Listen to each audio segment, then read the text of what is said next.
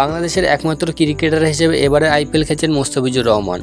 Chennai super কিংসের হয়ে এর মধ্যে 5 ম্যাচ খেলে ফেলেছেন জাতীয় দলের এই বাঁহাতি পেসার। বিসিবির ছুটি পেলে সুযোগ পেতে পারতেন আরও এক পেসার শরীফুল ইসলামও। আইপিএলের দল লখনৌ সুপার জায়ান্টস এবার শরীফুলকে দলে নিতে চেয়েছিল, কিন্তু দলটি শরীফুলকে চেয়েছিল পুরো মরশুমের জন্য।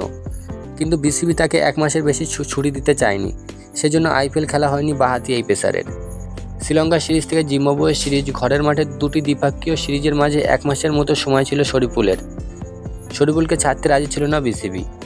এই ব্যাপারে আজ মিরপুর শেরেবাংলা স্টেডিয়ামের সাংবাদিকদের সামনে শরীফুল বলেছেন, লখনৌ থেকে SMS দিয়েছিল, তারা আমাকে চাচ্ছিল, কিন্তু এনওসির সময়টা খুব কম ছিল, যার জন্য তারা আর যোগাযোগ করেনি।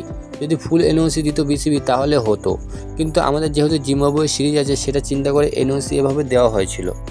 তবে ভবিষ্যতে আইপিএল খেলার আশা হারাচ্ছেন না বাঁহাতি এই পেসার। দারুণ ছন্দে থাকা শরীফুল জানালেন, ফর্ম ধরে রাখতে পারলে ভবিষ্যতে আরও সুযোগ আসবে। ইচ্ছা তো আছে, সুস্থ থাকলে যেভাবে যাচ্ছে এভাবে এগোলে ইনশাল্লাহ একদিন খেলবো আইপিএল। যদি তখন কোনো খেলা না থাকে, আশা থাকবে, ইচ্ছে আছে, সুযোগ পেলে ভালো কিছু করবো ইনশাল্লাহ।